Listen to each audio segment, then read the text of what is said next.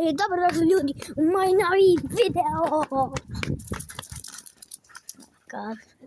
Sad ću vam pokažem moje kuće.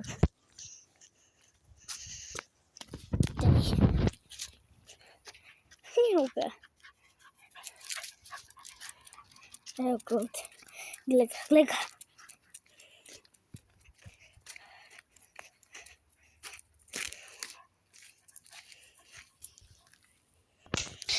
Da, kao što nisam tako, ali dobro, mislim da. Ok, danas ću vam pokazati moj auto. Što imam dva, ali nebitno. Pokazat ću mi za 3, 2, 1. Bum! Ono super.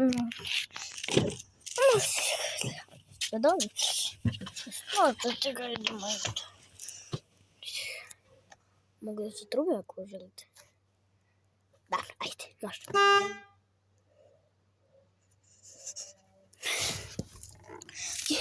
Ok, ovo je Chevrolet Cruze. Nešto specijalno. Evo ovdje mogu da mu uključim sve 4.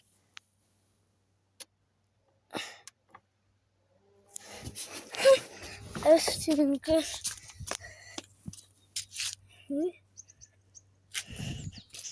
Idem sve 4.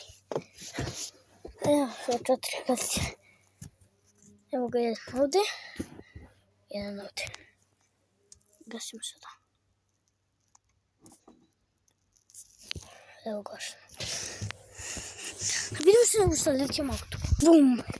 I da, možda se i ovaj vidjeli. Ali, sad ću to bolje da mu pokažem. Ok, evo ga. Renault Clio. Mogu i sam njega. Evo ga, dobro.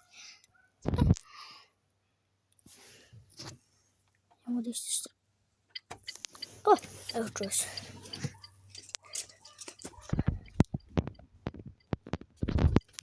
Znate da radi.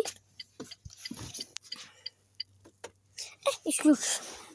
Evo, ne čujete. Ovdje je zaključovanje. Ali, samo ono četvrnare. To je to što se tiče ovog videa. Nadam se da ste uživali.